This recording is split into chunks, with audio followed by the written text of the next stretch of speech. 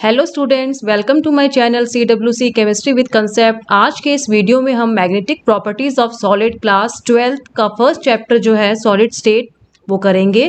Magnetic properties के behalf पे solid कितने टाइप्स के होते हैं, उनमें ये मैग्नेटिक प्रॉपर्टीज कहाँ से आती हैं, कौन से सब्सटेंस जो है पार्टिकल्स जो हैं उनके अंदर रिस्पॉन्सिबल है इन मैग्नेटिक प्रॉपर्टीज को इंट्रोड्यूस करने के लिए। हम आगे आने वाली स्लाइड्स में बच्चों इसको देखेंगे। मैग्नेटिक प्रॉपर्टी जिसको हम चुंबकीय गुण भी कहते हैं, क्योंकि चैप्टर जो है बच्चों हमारा सॉलिड के बारे में है, तो मैग्नेटिक प्रॉपर्टीज जो है हम सॉलिड सब्सटेंस के बारे में पढ़ेंगे। जितने भी सॉलिड सब्सटेंस हमें देखने को मिलते हैं सब में कोई ना कोई मैग्नेटिक प्रॉपर्टी चुंबकीय गुण उसमें होता है। जो उनके अंदर मैग्नेटिक प्रॉपर्टीज होते हैं उनके अंदर जो इलेक्ट्रॉन्स होते हैं वो रिस्पॉन्सिबल होते हैं उनकी मैग्नेटिक प्रॉपर्टीज के लिए। इलेक्ट्रॉन्स जो सब्सटेंस या सॉलिड के अंदर प्रेजेंट होते हैं एक मैग्नेट की तरह बिहेव करते हैं, और अगर कोई पार्टिकल अगर मैग्नेट की तरह बिहेव करता है तो उसके अंदर मैग्नेटिक डायपोल मूवमेंट जो है वो इंट्रोड्यूस हो जाता है। हमने पहले वाले वीडियोस में पढ़ा है बच्चों कि इलेक्ट्रॉन एक चार्ज पार्टिकल है। जब इलेक्ट्रॉन एटम के अंदर मूव करता है तो उसके मूवमेंट को हम दो तरह से डिस्क्राइब कर सकते हैं। इस पिक्चर में आपको दिखाया हुआ है बच्चों। एक मूवमेंट वो है जिसमें इलेक्ट्रॉन जो है न्यूक्लियस के चारों तरफ मूव करता है, जिस तरह से सोलर सिस्टम में अर्थ मूव करती है सन के चारों तरफ, बिल्कुल उसी तरह से अर्थ के मूवमेंट से सन के चारों तरफ हमें पता है कि एक साल बनता है। अर्थ अपना एक चक्कर जो है सन के चारों तरफ 365 डेज में कंप्लीट करती है। तो इलेक्ट्रॉन भी उसी तरह से न्यूक्लियस जो कि पॉजिटिवली चार्ज पार्टिकल है उसके चारों तरफ मूव करता है। इलेक्ट्रॉन के ऊपर खुद का नेगेटिव चार्ज होता है, न्यूक्लियस के ऊपर पॉजिटिव चार्ज है। सेकेंड मूवमेंट जो इलेक्ट्रॉन में हमें देखने को मिलता है उसे हम स्पिन मूवमेंट कहते हैं। जिस तरह से अर्थ जो है अपने एक्सिस के ऊपर घूमती है, अपने अक्ष के ऊपर घूमती है, उसी तरह इलेक्ट्रॉन भी जब वो ऑर्बिट में मूव करता है एटम के अंदर वो भी अपने अक्ष के ऊपर मूव करता है, जिसको हम स्पिन कहते हैं। चक्रण हिंदी में इसको हम बोलते हैं बच्चों। हम दो प्रकार के चक्रण देखते आ रहे हैं 11th क्लास से। एक को हम प्लस हाफ कहते हैं, अगर उसका डायरेक्शन ऊपर की तरफ प्लस हाफ मानते हैं तो नीचे वाले को हम माइनस हाफ कहते हैं। जब हम ऑर्बिट की बात करते हैं बच्चों तो एक ऑर्बिट के अंदर हम दो इलेक्ट्रॉन्स को रखते हैं। एक का क्लॉकवाइज जो है चक्रण होता है, दूसरे का एंटी क्लॉकवाइज विपरीत दिशा में चक्रण होता है, जिसको हम हाफ हेडेड आधी एरो से डिनोट करते हैं। ऊपर वाले को अगर हम क्लॉकवाइज मान रहे हैं, घड़ी की दिशा में मान रहे हैं, तो नीचे वाले को हम एंटी क्लॉकवाइज घड़ी की विपरीत दिशा में कह सकते हैं। उम्मीद करती हूँ बच्चों आपको ये समझ में आ गया होगा कि सॉलिड सब्सटेंस जो होता है उसमें मैग्नेटिक प्रॉपर्टीज कहाँ से आती हैं। जो इलेक्ट्रॉन प्रेजेंट होते हैं उनके अंदर वो रिस्पॉन्सिबल होते हैं इनकी मैग्नेटिक प्रॉपर्टीज के लिए। आगे आने वाली स्लाइड्स में हम कुछ और इनके बारे में पढ़ेंगे। जैसे ही इलेक्ट्रॉन, मैंने बताया आपको पिछली स्लाइड में, न्यूक्लियस के चारों तरफ मूव करना शुरू करता है, क्योंकि इलेक्ट्रॉन एक चार्ज पार्टिकल आवेशित कण है और वो मूव कर रहा है, उसके मूवमेंट के कारण जो है एक विद्युत परिपथ जिसको हम बोलते हैं इलेक्ट्रिक सर्किट जो है जनरेट होता है। ये बच्चों डायरेक्शन दिखाया हुआ है स्पिन का, जो मैग्नेटिक मूवमेंट डेवलप हो रहा है इलेक्ट्रॉन के अंदर स्पिन के कारण, उसको बच्चों यहाँ दिखाया हुआ है। ये क्लॉकवाइज डायरेक्शन जो है इसको माइनस हाफ माना है इसने। ये देखिए सुई की दिशा में, घड़ी की जो सुइयां होती हैं उसकी दिशा में ये चल रहा है। इसको अगर माइनस हाफ माना है तो एंटी क्लॉकवाइज डायरेक्शन जो है स्पिन जो है चक्रण इलेक्ट्रॉन का होता है, उसको इसने प्लस हाफ माना है। हम दोनों में से किसी को भी प्लस हाफ क्लॉकवाइज और किसी को भी माइनस हाफ एंटी क्लॉकवाइज मान सकते हैं। लेकिन जैसे ही इलेक्ट्रॉन मूव करना शुरू करता है तो इलेक्ट्रॉन के चारों तरफ जो है एक मैग्नेटिक डायपोल, छोटा सा मैग्नेट जो है इलेक्ट्रॉन बन जाता है। हमें पता है कि मैग्नेट में दो पोल होते हैं, एक साउथ पोल होता है और एक नॉर्थ पोल होता है। अगर हम पॉजिटिव जिसका प्लस हाफ है उसमें साउथ पोल हम ऊपर की डायरेक्शन में ले रहे हैं, नॉर्थ पोल नीचे की डायरेक्शन में ले रहे हैं। बच्चों आपने फिजिक्स में पढ़ा होगा कि जहाँ से ये एरो निकलती हैं, मैग्नेटिक फील्ड निकलती है, वो नॉर्थ पोल होता है, और जहाँ पे ये मैग्नेटिक फील्ड जाती हैं वो साउथ पोल होता है। तो यहाँ से जो एरो है वो नीचे वाले पोर्शन से निकलती हुई दिख रही है तो ये एन हो जाएगा, और ऊपर वाले पोर्शन में जाती हुई दिख रही है तो इसको हम एस कह सकते हैं। ऐसा ही बच्चों हम सेकंड वाले पिक्चर में देख लेंगे। एरोज जो है ये मैग्नेटिक फील्ड जो है हमें ऊपर वाले पोर्शन से निकलती हुई दिख रही है। जिस पोर्शन से मैग्नेटिक फील्ड निकलती हुई दिखेगी उसको हम नॉर्थ पोल बोलेंगे, और नीचे वाला दूसरा पोल जहाँ पे ये आके अंदर घुस रही है उसको हम साउथ पोल बोलेंगे। तो दोनों जो इलेक्ट्रॉन दिखा रखे मैंने, एक की प्लस हाफ स्पिन है, एक की माइनस हाफ स्पिन है, दोनों का चक्रण विपरीत दिशा में है, तो दोनों दो तरह के मैग्नेट की तरह बिहेव करेंगे। एक का साउथ पोल अगर ऊपर की तरफ है तो दूसरे का नॉर्थ पोल ऊपर की तरफ है, दोनों अपोजिट है इनके पोल्स। दो अपोजिट तरह के मैग्नेट बच्चों ये बन जाएंगे दो अलग अलग चक्रण के कारण। जो मैग्नेटिक मूवमेंट जो इसके चारों तरफ डेवलप हुआ है, जिसको हम चुंबकीय आघूर्ण कहते हैं, उसको म्यू बी से हम डिनोट करते हैं। यूनिट इसका मात्रक जो है वो बोर मैग्नेटॉन है। 9.27 into 10⁻⁻24 ampere per square metre जो है इसकी यूनिट होती है। अब जो मैग्नेटिक प्रॉपर्टी इस सॉलिड में बच्चों डेवलप हो गई है इलेक्ट्रॉन के मूवमेंट के कारण, उसके बिहाफ पे हम सॉलिड को 5 कैटेगरीज में रखते हैं। पहला है पैरामैग्नेटिक, दूसरा डाईमैग्नेटिक। पैरामैग्नेटिक को हम अनुचुंबकीय भी कहते हैं, डाईमैग्नेटिक को प्रतिचुंबकीय कहते हैं। फेरोमैग्नेटिक जो है लोह चुंबकीय कहलाता है। एंटी फेरोमैग्नेटिक जो है प्रति लोह चुंबकीय कहलाता है। फेरी मैग्नेटिक जो हमारा लास्ट वाली कैटेगरी है उसको फेरी चुंबकीय ही कहते हैं हिंदी में बच्चों। ये 5 कैटेगरीज जो है मैग्नेटिक प्रॉपर्टी के बिहाफ पे सॉलिड की हमने डिसाइड कर दी हैं। ये मैग्नेटिक प्रॉपर्टी जो है इलेक्ट्रॉन के मूवमेंट के कारण आएगी। सॉलिड में इलेक्ट्रॉन दो तरह का मूवमेंट करता है, एक न्यूक्लियस के चारों तरफ रिवॉल्व करता है। न्यूक्लियस पॉजिटिवली चार्ज है, इलेक्ट्रॉन नेगेटिवली चार्ज है। जब एक नेगेटिवली चार्ज पार्टिकल जो है इलेक्ट्रॉन जिसे हम कहते हैं वो न्यूक्लियस जिसके अंदर पॉजिटिवली चार्ज प्रोटॉन है उसके चारों तरफ मूव कर रहा है, तो एक मैग्नेटिक डायपोल चुंबकीय आघूर्ण जो है उत्पन्न होता है, जो उस सॉलिड के अंदर मैग्नेटिक प्रॉपर्टी के लिए रिस्पॉन्सिबल होता है। आगे आने वाली स्लाइड्स में हम मैग्नेटिक प्रॉपर्टीज पढ़ेंगे अलग अलग सब्सटेंस की। फर्स्ट सब्सटेंस जो है हमारा, जिसको हम पैरामैग्नेटिक कहते हैं, अनुचुंबकीय हिंदी में इसको हम बोलते हैं। इसमें बच्चों हमें उस तरह के सब्सटेंस देखने को मिलेंगे। हमें पता है कि जो हमारा सॉलिड होता है वो एटम, मॉलिक्यूल्स और आयन से मिलकर बनता है। सॉलिड में हमें जो कॉन्स्टिट्यूएंट पार्टिकल्स होते हैं, जो कण होते हैं, वो एटम के फॉर्म में भी हो सकते हैं, परमाणु के फॉर्म में भी हो सकते हैं, मॉलिक्यूल्स अणु के फॉर्म में भी हो सकते हैं, आयन के फॉर्म में भी हो सकते हैं। अगर उनके अंदर हमें अनपेयर्ड अयुग्मित इलेक्ट्रॉन देखने को मिले, जैसे यहाँ पिक्चर में दिखाया हुआ है, तो उसको हम पैरामैग्नेटिक कहते हैं, अणुचुंबकीय कहते हैं। यहाँ देखिए ये सिंगल कक्षक है जिसके अंदर 2 इलेक्ट्रॉन है, एक का स्पिन ऊपर की तरफ है, मैंने आपको बताया था +½ और -½ एक जो कक्षक होता है उसमें 2 इलेक्ट्रॉन रहते हैं, एक का स्पिन अगर +½ है तो दूसरे का -½ हो जाएगा। लेकिन ये पूरा जो हमारा डी ऑर्बिटल इसने दिखा रखा है, 5 कक्षक है इसमें, 1 2 3 4 5। आखिरी के 2 जो कक्षक है इसमें बच्चों इलेक्ट्रॉन जो अनपेयर्ड है, अयुग्मित है। इन अनपेयर्ड इलेक्ट्रॉन के कारण जो क्या इफेक्ट पड़ेगा इसके ऊपर वो देखिए। जब यहाँ इलेक्ट्रॉन पेयर्ड थे, एक का +½ था, दूसरे का -½ था, तो एक जो चुंबकीय आघूर्ण +½ वाला है वो -½ को कैंसिल कर रहा था। ऐसा ही यहाँ पे हुआ था और थर्ड केस में, थर्ड कक्षक में भी ऐसा ही हुआ था। लेकिन जो हमारा फोर्थ कक्षक है उसका या तो +½ होगा या फिर इसको हम -½ मानते हैं, तो ये चुंबकीय आघूर्ण जो है हमारा कैंसिल नहीं हो पाएगा। ऐसे ही फिफ्थ कक्षक का +½ होगा या फिर -½ होगा, तो चुंबकीय आघूर्ण जो है इस पूरे डी ऑर्बिटल का खत्म नहीं हो पाएगा, क्योंकि यहाँ अनपेयर्ड इलेक्ट्रॉन प्रेजेंट है, अयुग्मित इलेक्ट्रॉन प्रेजेंट है। जब तक इलेक्ट्रॉन युग्मित होता है चुंबकीय आघूर्ण जो है +½ स्पिन के कारण और -½ स्पिन के कारण जो डेवलप हो रहा है वो एक दूसरे को कैंसिल कर देता है। लेकिन जैसे ही इलेक्ट्रॉन अनपेयर्ड कंडीशन में होता है ये स्पिन जो है कैंसिल नहीं हो पाती हैं, तो हमें एक परिणामी चुंबकीय आघूर्ण देखने को मिलता है जिसको नेट डायपोल मूवमेंट बोलते हैं इन अनपेयर्ड इलेक्ट्रॉन्स के कारण।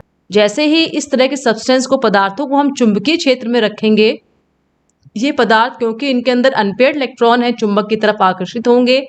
अनपेयर्ड इलेक्ट्रॉन मिनिमम जो है हमारा 1 हो सकता है और मैक्सिमम कितने भी हो सकते हैं। एटलीस्ट जो है इसमें कम से कम 1 इलेक्ट्रॉन जो है वो अनपेयर्ड होना चाहिए, तभी वो पैरामैग्नेटिक अणुचुंबकीय की तरह व्यवहार करेगा। आगे आने वाले स्लाइड्स में हम इसके एग्जाम्पल भी देखेंगे। तो जो पैरामैग्नेटिक होने के लिए बच्चों कंडीशन चाहिए, कम से कम 1 इलेक्ट्रॉन जो है अनपेयर्ड हमारे पास प्रेजेंट होना चाहिए। जैसे इसको मैग्नेटिक फील्ड में रखेंगे, इन सब्सटेंस को मैंने आपको अभी भी बताया है कि ये मैग्नेट की तरफ जो है आकर्षित होंगे। लेकिन जैसे ही हम मैग्नेटिक फील्ड को, चुंबक को हटा देंगे, इनको चुंबकीय क्षेत्र से हटा देंगे, ये दोबारा जो है एक सिंपल सॉलिड की तरह बिहेव करना शुरू कर देंगे। आगे आने वाले स्लाइड्स में बच्चों में इसके एग्जाम्पल देखेंगे। ऑक्सीजन जो है इसका एग्जाम्पल है, TiO है, Mn है, Cr3+ है। यहाँ TiO जो है बच्चों, ये जो हमारा है पैरामैग्नेटिक है, लेकिन इसी का एक और कंपाउंड है TiO2 जो हम डायमैग्नेटिक के केस में एग्जाम्पल के रूप में देखेंगे। ये हमारा डायमैग्नेटिक होता है। कभी कभी एग्जाम में पूछ लिया जाता है कि TiO जो है वो पैरामैग्नेटिक क्यों है और TiO2 जो है वो डायमैग्नेटिक क्यों है। तो आप कह सकते हैं कि इसमें अनपेयर्ड इलेक्ट्रॉन प्रेजेंट है इसलिए पैरामैग्नेटिक है, और इसमें अनपेयर्ड इलेक्ट्रॉन प्रेजेंट नहीं है इसलिए डायमैग्नेटिक है। ये मैंने पिक्चर से आपको पैरामैग्नेटिक को शो करने की कोशिश की है। जैसे ही ये पैरामैग्नेटिक सॉलिड है कोई, जैसे ही हम इसको मैग्नेटिक फील्ड के अंदर रखते हैं या मैग्नेटिक फील्ड अप्लाई करते हैं, देखिए सारे इलेक्ट्रॉन जो है वो एक ही डायरेक्शन में, जो अनपेयर्ड इलेक्ट्रॉन्स थे उनका मूवमेंट जो है एक ही डायरेक्शन में, उनका अलाइनमेंट जो है, संरेखन जो है एक ही डायरेक्शन में हो गया है। जैसे ही मैग्नेटिक फील्ड को हटाएंगे यहाँ पे दोबारा ही अपनी नॉर्मल पोजीशन में आ जाएंगे। इस तरह का केस हमें पैरामैग्नेटिक सब्सटेंस में, मटेरियल्स में देखने को मिलता है। तो हमें ये ध्यान रखना है कि पैरामैग्नेटिक सब्सटेंस जो होते हैं वो मैग्नेटिक फील्ड में स्ट्रांगली जो है अट्रैक्शन शो करते हैं, क्योंकि इनमें अनपेयर्ड इलेक्ट्रॉन होता है। कभी कभी एक क्वेश्चन और एग्जाम में पूछ लिया जाता है, कॉपर Cu+ जो है वो डायमैग्नेटिक है, जबकि Cu+2 जो है वो हमारा पैरामैग्नेटिक है। क्यों? मैंने यहाँ दिखा रखा है आपको, Cu+ में d ऑर्बिटल जो है उसमें 10 इलेक्ट्रॉन्स हैं। अब 10 इलेक्ट्रॉन्स हम लोग d ऑर्बिटल में कैसे भरेंगे आपको पता है, आपने 11th क्लास में इसको पढ़ा है। पहले सिंगल सिंगल भरेंगे सभी ऑर्बिटल्स में और उसके बाद इनकी पेयरिंग कर देंगे, क्योंकि 10 है तो पूरे के पूरे ऑर्बिटल्स जो है वो भरे हुए हैं, कोई भी हमारा अनपेयर्ड इलेक्ट्रॉन नहीं है, इसलिए हमारा ये डायमैग्नेटिक हो जाएगा। लेकिन Cu+2 जो होगा इसमें एक इलेक्ट्रॉन यहाँ से बाहर निकल जाएगा और इसका इलेक्ट्रॉनिक कॉन्फ़िगरेशन जो है हमारा इस तरह से शो हम करेंगे इसको। अब क्योंकि इसके पास में एक अनपेयर्ड इलेक्ट्रॉन है इसलिए ये हमारा पैरामैग्नेटिक हो जाएगा। तो आप कोई भी सब्सटेंस अगर आपको दिया हुआ है वो डायमैग्नेटिक क्यों है, पैरामैग्नेटिक क्यों है, उसको आप इस बिहाफ पे बता सकते हैं। अब जो हमने कह दिया कि अनपेयर्ड इलेक्ट्रॉन यहाँ प्रेजेंट है, ये एक इलेक्ट्रॉन जो अनपेयर्ड फॉर्म में यहाँ प्रेजेंट है वो कितना मैग्नेटिक मूवमेंट, कितना स्ट्रॉन्ग मैग्नेट की तरह बिहेव करेगा, उसको निकालने के लिए हम एक क्वांटिटी यूज़ करते हैं, म्यू बोलते हैं जिसको, डाइपोल मूवमेंट। इसका फॉर्मूला मैंने ऊपर लिखा हुआ है। एन जो है यहाँ पे नंबर ऑफ अनपेयर्ड इलेक्ट्रॉन, अयुग्मित इलेक्ट्रॉन की संख्या है। मैं कॉपर के केस में एन की वैल्यू अगर 1 पुट कर देती हूँ तो हमारा आंसर जो है इस तरह से निकल आता है, म्यू बराबर √3। ये हमारे मैग्नेटिक मूवमेंट जो है, चुंबकीय आघूर्ण की वैल्यू निकल आई कि कॉपर के केस में क्योंकि एक इलेक्ट्रॉन प्रेजेंट है अनपेयर्ड रूप में, तो इसका चुंबकीय आघूर्ण, मैग्नेटिक डायपोल मूवमेंट जो है √3 हो जाएगा। तो आप इस फॉर्मूले को यूज करके बच्चों मैग्नेटिक मूवमेंट निकाल सकते हैं। आगे आने वाली स्लाइड्स में हम अलग कैटेगरी पढ़ेंगे। अगली कैटेगरी जो है हमारी डायमैग्नेटिक है, प्रतिचुंबकीय जिसको हम कहते हैं। डायमैग्नेटिक सब्सटेंस जो है वो हमारे होते हैं जिनमें एक भी अनपेयर्ड इलेक्ट्रॉन हमें देखने को नहीं मिलता है। यहाँ पे मैंने ऑर्बिटल्स बना रखे हैं एग्जाम्पल के रूप में आपको समझाने के लिए। 4s में 2 इलेक्ट्रॉन है, पेयर्ड है, यहाँ भी पेयर्ड है, d के 5 ऑर्बिटल्स दिखा रखे हैं। पांचों में जो है ऑर्बिटल्स जो दिखाए हुए उनमें इलेक्ट्रॉन्स पेयर्ड है, कोई भी अनपेयर्ड इलेक्ट्रॉन यहाँ प्रेजेंट नहीं है, क्योंकि इलेक्ट्रॉन अनपेयर्ड फॉर्म में यहाँ प्रेजेंट नहीं है। तो ऐसे सब्सटेंस को जो हम मैग्नेटिक फील्ड में रखेंगे, चुंबकीय क्षेत्र में इनको हम रखेंगे, तो ये चुंबक की तरफ आकर्षित नहीं होंगे, क्योंकि चुंबक की तरफ वही आकर्षित होते हैं जिनके अंदर अनपेयर्ड इलेक्ट्रॉन्स प्रेजेंट होते हैं। यहाँ पे कोई भी इलेक्ट्रॉन अनपेयर्ड नहीं है, इसलिए ये मैग्नेटिक फील्ड में रिस्पॉन्ड नहीं करेंगे। मैग्नेटिक फील्ड में इस तरह के सब्सटेंस जो है स्ट्रांगली रिपेल्ड हो जाएंगे, रिपल्शन जो है हमें देखने को मिलेगा मैग्नेटिक फील्ड में। इन सब्सटेंस का चुंबकीय क्षेत्र जो होता है, जैसे इन सब्सटेंस को हम मैग्नेटिक फील्ड में रखेंगे तो ये रिपेल हो जाएंगे, इनका रिपल्शन हमें देखने को मिलेगा। रिपल्शन को बच्चों हिंदी में प्रतिकर्षित कहते हैं। प्रतिकर्षण यहाँ हमें इनका देखने को मिलेगा जैसे ही हम इनको चुंबकीय क्षेत्र में रखेंगे या चुंबक को इनके पास में लेकर आएंगे। एग्जाम्पल्स जो है आगे आने वाले स्लाइड्स में बच्चों हम इसके पढ़ेंगे। NaCl दे रखा है, TiO2 जो है, इसकी बात मैंने अभी भी बताई थी आपको कि TiO2 जो है क्योंकि इसमें अनपेयर्ड इलेक्ट्रॉन नहीं है, ये डायमैग्नेटिक है। लेकिन अगर हम सिर्फ TiO की बात करेंगे, इसमें हमें अनपेयर्ड इलेक्ट्रॉन देखने को मिलेगा, तो ये पैरामैग्नेटिक होगा। Zn दे रखा है, CD Cu+, इसमें 3d 10 इलेक्ट्रॉन्स मैंने भी आपको पीछे एग्जाम्पल देके बताए हैं। K+ भी इसी का एग्जाम्पल है। पिछले वाले स्लाइड से बच्चों मैंने आपको बताया था कि जब इलेक्ट्रॉन मूव करता है, स्पिन जो होती है, एक को हम +½ के फॉर्म में दिखाते हैं, एक को हम -½ के फॉर्म में दिखाते हैं। +½ का अगर साउथ पोल हमारा ऊपर की तरफ है तो -½ वाले का नॉर्थ पोल हमारा ऊपर की तरफ है, साउथ पोल नीचे की तरफ है। आपने फिजिक्स लैब में देखा होगा कि जब भी मैग्नेट को रखा जाता है तो उनको पेयर में रखा जाता है, जोड़े में रखा जाता है। एक का नॉर्थ पोल है इस तरफ तो दूसरे का यहाँ पे साउथ पोल होगा, क्योंकि इसका पहले वाले का जो मैग्नेटिक इफेक्ट है उसका डायरेक्शन और दूसरे वाले का मैग्नेटिक इफेक्ट का डायरेक्शन अपोजिट है। दोनों एक दूसरे को कैंसिल कर देंगे और बाहर जो है उस पैकेट के जिसमें ये रखे हुए हैं हमें कोई जो है मैग्नेटिक फील्ड देखने को नहीं मिलती है। इसलिए जो है मैग्नेट्स को हमेशा पेयर में, जोड़े में फिजिक्स लैब में रखा जाता है। बच्चों उम्मीद करती हूँ आपको डिफरेंस जो है डायमैग्नेटिक और पैरामैग्नेटिक में समझ में आ गया होगा। किस तरह से इलेक्ट्रॉन मूव करता है, उसके स्पिन के कारण किस तरह से दो तरह का मैग्नेटिक मूवमेंट हमें देखने को मिलता है, प्लस हाफ और माइनस हाफ इसकी स्पिन होती है। दोनों इलेक्ट्रॉन जो है वो मैग्नेट की तरह बिहेव करते हैं। दोनों के मैग्नेटिक फील्ड का डायरेक्शन अपोजिट होता है। डायरेक्शन अपोजिट होने के कारण अगर इलेक्ट्रॉन पेयर्ड है तो पहले वाले इलेक्ट्रॉन की फील्ड जो है दूसरे वाले को कैंसिल कर देती है। अगर हमारा इलेक्ट्रॉन पेयर्ड नहीं है तो पहले वाले की मैग्नेटिक फील्ड जो है वो एज इट इज रह जाती है और हमें नेट डाइपोल मूवमेंट देखने को मिलता है। इस एक इलेक्ट्रॉन के कारण या तो ये प्लस हाफ होगा या फिर ये माइनस हाफ के फॉर्म में हमें दिखाई देगा। डाइपोल मूवमेंट कैसे निकालना है मैंने पीछे वाली स्लाइड में आपको फॉर्मूला बता दिया था। ये हमेशा n अंडर रूट जो है n+2 के फॉर्म में लिखा जाएगा। n जो है अनपेयर्ड इलेक्ट्रॉन्स होते हैं, नंबर ऑफ। बाकी 3 कैटेगरीज जो है बच्चों हम आगे आने वाले स्लाइड्स में देखेंगे।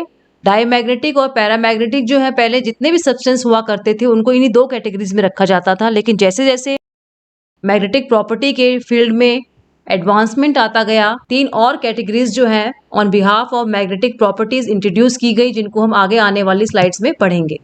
तो थर्ड कैटेगरी जो हमारी हो गई बच्चों फेरोमैग्नेटिक हो गई, जिसको हम लौह चुंबकीय पदार्थ भी कहते हैं। जैसा कि इसका नाम भी बता रहा है, लौह चुंबकीय, लोहे से संबंधित ये हमारा होता है। लास्ट की जो 3 कैटेगरीज हैं उनको समझने के लिए हम थोड़ा फिजिक्स का जो है कंसेप्ट क्लियर कर लेते हैं। हमें पता है कि बच्चों जो मेटल्स होते हैं हमारे, ध्यान से सुनेंगे, उनके अंदर टेंडेंसी होती है इलेक्ट्रॉन्स को लूज करने की। इलेक्ट्रॉन्स को लूज करेंगे, चाहे वो 1 इलेक्ट्रॉन 2 इलेक्ट्रॉन कितने भी हो सकते हैं। तो मैंने n लिख दिया है। मान लीजिए इस मेटल ने n इलेक्ट्रॉन लूज कर दिया तो वो एक कैटायन बन गया और इलेक्ट्रॉन्स जो है वो निकल गए। यहाँ पे मेटल जो है हमेशा कैटायन का फॉर्मेशन करते हैं, धनायन बनाते हैं इलेक्ट्रॉन को लूज करके। हर मेटल जो होता है उसके अंदर हमें छोटे छोटे पार्ट्स देखने को मिलते हैं जिनको हम डोमेन्स कहते हैं। बच्चों फिजिक्स में आप बड़ी क्लासेस में इन्हीं चीज को डोमेन्स या ग्रेन्स के नाम से पढ़ेंगे। आपकी बुक में हो सकता है ग्रेन्स न लिखा हुआ, डोमेन शब्द लिखा हुआ। तो जितने भी मेटल्स होते हैं, हम धातु की बात कर रहे हैं, उनमें छोटे छोटे पार्ट हमें अलग अलग पोर्शंस देखने को मिलते हैं। इन छोटे छोटे पार्ट्स को हम डाइपोल भी कहते हैं। हर पार्ट जो है एक अलग डाइपोल की तरह बिहेव करता है। जैसे ये दिखाई हुई फिगर, इसमें 6 अलग अलग पार्ट हैं, तो यहाँ 6 डाइपोल हो गए। डाइपोल को बच्चों हम द्विध्रुव कहते हैं। जो मेटल होता है उसके अंदर अलग अलग पार्ट्स जो होते हैं वो द्विध्रुव की तरह बिहेव करते हैं, जिनकी साइज बहुत छोटी होती है। अब डाइपोल होता है क्या, वो देखिए। इस तरह का कोई भी स्ट्रक्चर जिसमें पॉजिटिव का निशान एक तरफ बन जाए और नेगेटिव का निशान एक तरफ बन जाए, 2 पोल जो है बन जाए, उसको हम डाइपोल कहते हैं। द्विध्रुव 2 ध्रुव बन जाए जिसमें, इन्हीं डाइपोल्स को मैं डोमेन्स और ग्रेन्स भी बोल रही हूँ बच्चों। यहाँ पे फिगर में 6 डाइपोल आपको दिखाए हुए हैं। इन ग्रेन्स और डाइपोल्स के कारण या डोमेन्स के कारण जो है मेटल मैग्नेटिक प्रॉपर्टी शो करते हैं। और इन डोमेन्स और ग्रेन के बिहाफ पे हम इनको 3 कैटेगरीज में रखेंगे, फेरोमैग्नेटिक, एंटी फेरोमैग्नेटिक और फेरीमैग्नेटिक। पहले वाले जो 2 केस थे बच्चों, पैरामैग्नेटिक और डायमैग्नेटिक, वो हम अनपेयर्ड इलेक्ट्रॉन्स के बिहाफ पे कर रहे थे। एक में पेयर्ड इलेक्ट्रॉन्स थे जिसको हम डायमैग्नेटिक कह रहे थे, जिसमें अनपेयर्ड इलेक्ट्रॉन्स थे उसको हम पैरामैग्नेटिक कह रहे थे। आगे के 3 जो है फेरोमैग्नेटिक, एंटी फेरोमैग्नेटिक और फेरीमैग्नेटिक, इनको हम डाइपोल के बेसिस पे या डोमेन के बेसिस पे हम इनको क्लियर करेंगे। अब जैसे यहाँ डाइपोल बने हुए, इनकी एरोज अगर एक तरफ है, मान लीजिए हम इसको प्लस वाला पोर्शन मानते हैं जहाँ एरो का हेड है, और नीचे वाले को माइनस मानते हैं, तो इस वाले में प्लस का पोर्शन यहाँ हो जाएगा, माइनस यहाँ हो जाएगा। इस वाले में प्लस नीचे हो जाएगा, माइनस ऊपर हो जाएगा। यहाँ पे प्लस यहाँ हो जाएगा, माइनस यहाँ हो जाएगा, क्योंकि सारी एरोज जो है इन डोमेन्स की डाइपोल की एक पर्टिकुलर डायरेक्शन में है। यहाँ प्लस हो गया, यहाँ माइनस हो गया, इसको हम माइनस लिख देंगे। हर डाइपोल के प्लस और माइनस पोल्स जो है मैंने आपको लिख के दिखा दिए हैं। लेकिन जैसे ही हम बाहर से एक्सटर्नल फोर्स अप्लाई कर देंगे, ये सारे के सारे डाइपोल्स जो है अपने आप को अरेंज करने की कोशिश करेंगे। जो एक्सटर्नल फोर्स है वो हम बैटरी या सेल के फॉर्म में भी लगा सकते हैं। बाहर से हमें एनर्जी देनी पड़ेगी। अगर हम एनर्जी देंगे तो सारे के सारे डाइपोल्स जिनका अलग अलग डायरेक्शन है वो एक पर्टिकुलर डायरेक्शन में अलाइन हो जाएंगे, उनका एक पर्टिकुलर डायरेक्शन में संरेखन हो जाएगा। अब जैसे ही हमने एक्सटर्नल फोर्स लगाया, सारा का सारा डाइपोल जो है वो एक ही डायरेक्शन में आ गया फोर्स लगाने के बाद में। जैसे मान लीजिए प्लस वाला पोर्शन यहाँ आ गया, माइनस का नीचे, प्लस का ऊपर, सब में जो है प्लस और माइनस। ये गोल गोल जो मैंने दिखा रखे हैं बच्चों, अभी मैंने आपको ऊपर बताया था, ये डाइपोल्स हैं। जब तक हमने इसमें एक्सटर्नल फोर्स नहीं लगाया था, इनकी डायरेक्शंस जो है इस ऊपर वाली पिक्चर में आप देख सकते हैं अलग अलग थी। जैसे ही हमने एक्सटर्नल फोर्स लगाया बैटरी के फॉर्म में, एक्सटर्नल फोर्स अप्लाई करते ही सारे के सारे डाइपोल जो है द्विध्रुव जो है एक पर्टिकुलर डायरेक्शन में अलाइन हो जाएंगे। सबके प्लस वाले हिस्से देखिए ऊपर की तरफ आ गए और माइनस वाले हिस्से नीचे की तरफ आ गए। अब मान लीजिए अपन ने जो एक्सटर्नल फोर्स बैटरी के रूप में यहाँ लगाया था बाहरी बल लगाया था जो, उसको हम हटा लेते हैं। लेकिन क्योंकि एक्सटर्नल फोर्स जो हमने लगाया था, उस फोर्स ने सभी के सभी डायपोल को एक पर्टिकुलर डायरेक्शन में अलाइन कर दिया, उनका एक पर्टिकुलर डायरेक्शन में संरेखन कर दिया। बैटरी और फोर्स को हटाने के बाद भी ये एक मैग्नेट की तरह ही बिहेव करेगा।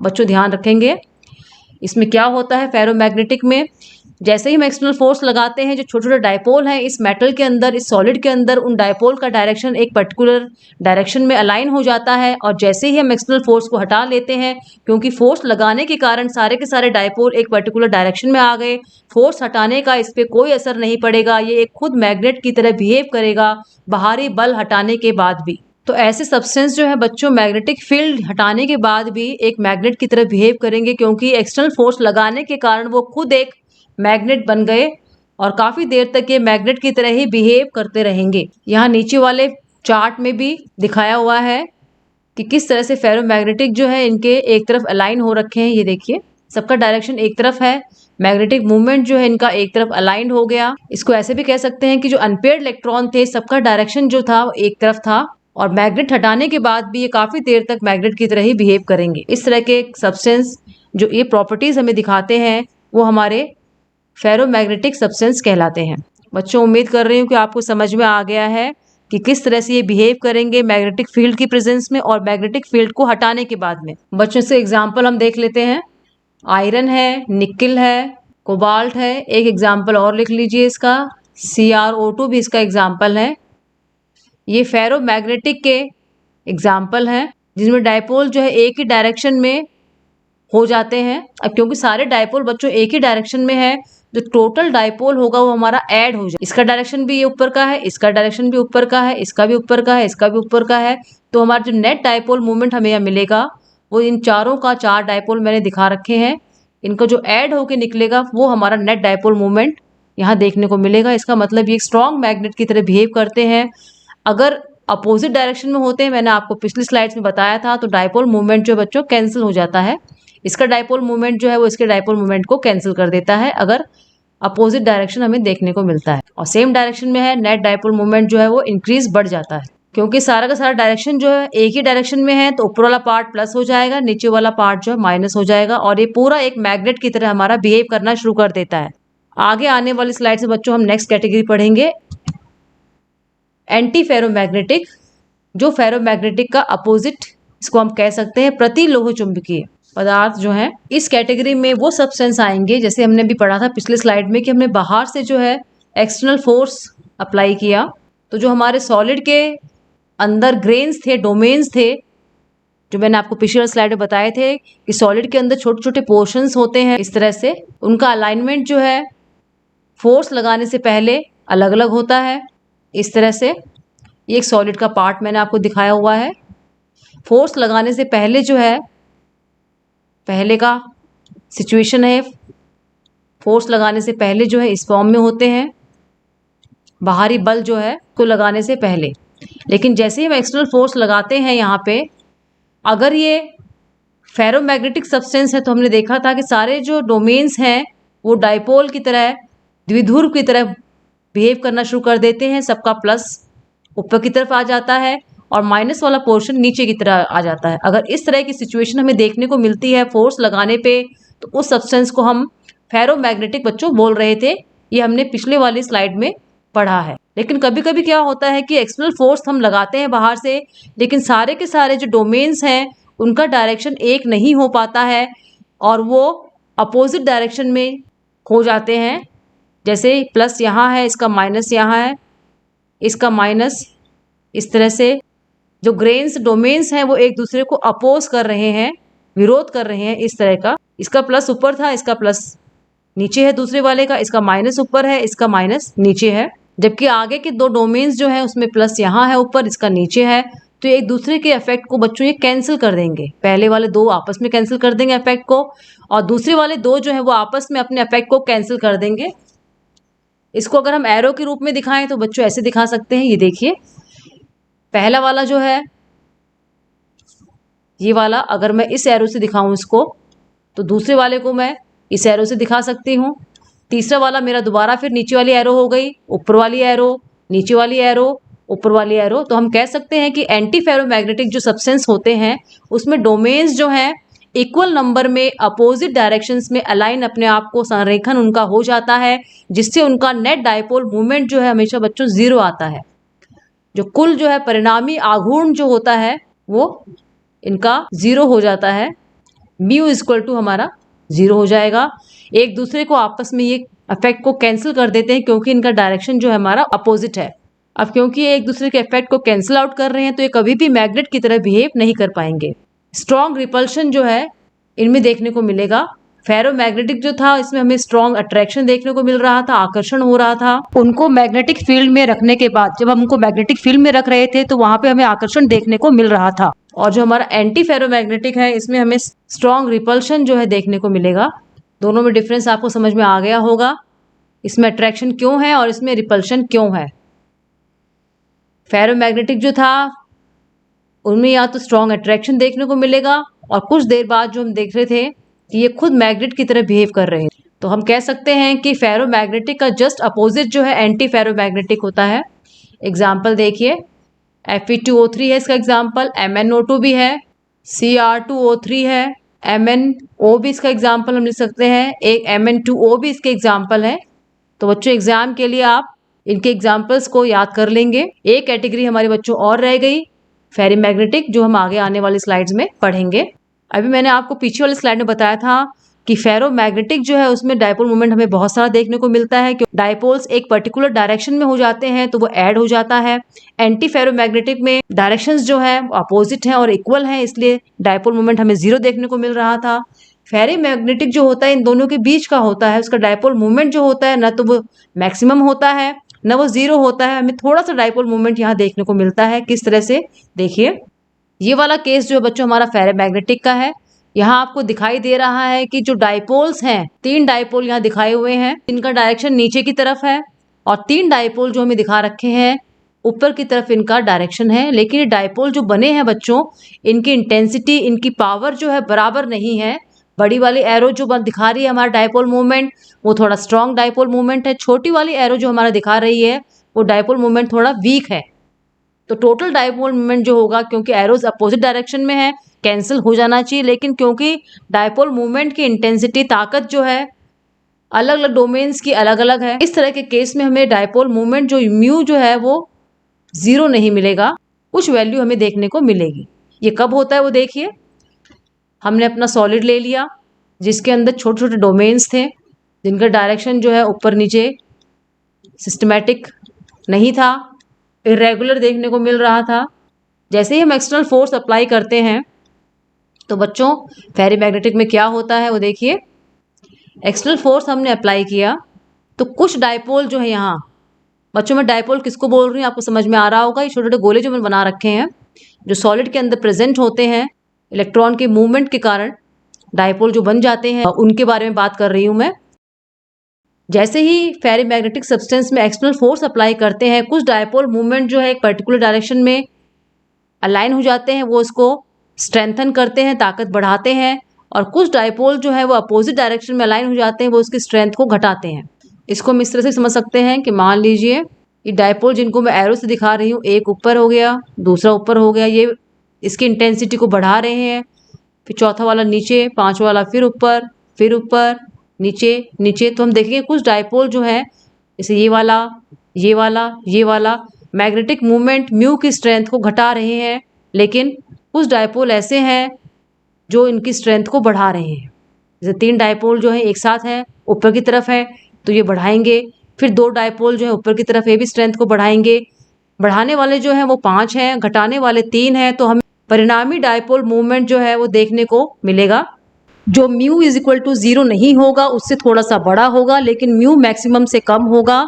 इसमें हमें नेट डायपोल मूवमेंट देखने को मिलेगा। या अनइक्वल डायपोल मूवमेंट जो है अरेंज हो रखा है, इसलिए हमें यहाँ पे थोड़ी सी अमाउंट में डायपोल यहाँ देखने को मिलेगा। तो ओवरऑल जो है डायपोल मूवमेंट इसमें हमें 0 देखने को नहीं मिलेगा।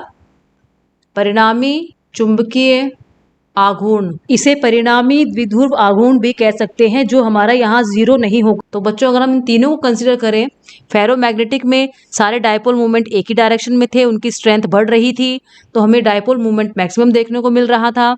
एंटी फेरोमैग्नेटिक में आधे डायपोल मूवमेंट एक डायरेक्शन में थे और उतने ही डायपोल मूवमेंट अपोजिट डायरेक्शन में थे, तो म्यू हमको जीरो देखने को मिल रहा था। जबकि इसमें थर्ड वाले में फेरोमैग्नेटिक में जो हमारा है, कुछ डायपोल मूवमेंट ऊपर की तरफ है और कुछ डायपोल मूवमेंट नीचे की तरफ है। दोनों का अमाउंट जो है, संख्या जो है सेम नहीं है, इसलिए हमें थोड़ा सा डायपोल मूवमेंट बच्चों देखने को मिलेगा। दोनों एक दूसरे के इफेक्ट को कैंसिल नहीं कर पाएंगे। उम्मीद करती हूँ बच्चों आपको ये डिफरेंस समझ में आ गया होगा। Paramagnetic, diamagnetic, ferromagnetic, anti ferromagnetic और फेरीमैग्नेटिक में। आपको वीडियो अच्छा लगे तो लाइक कीजिएगा, अपने फ्रेंड्स को शेयर कीजिएगा। जो लोग पहली बार मेरे वीडियो को देख रहे हैं वो मेरे चैनल को सब्सक्राइब कर दीजिए, बेल आइकन को प्रेस कर देंगे तो आपको आगे आने वाले वीडियोस की नोटिफिकेशंस टाइमली मिल जाएंगे। थैंक यू बच्चों।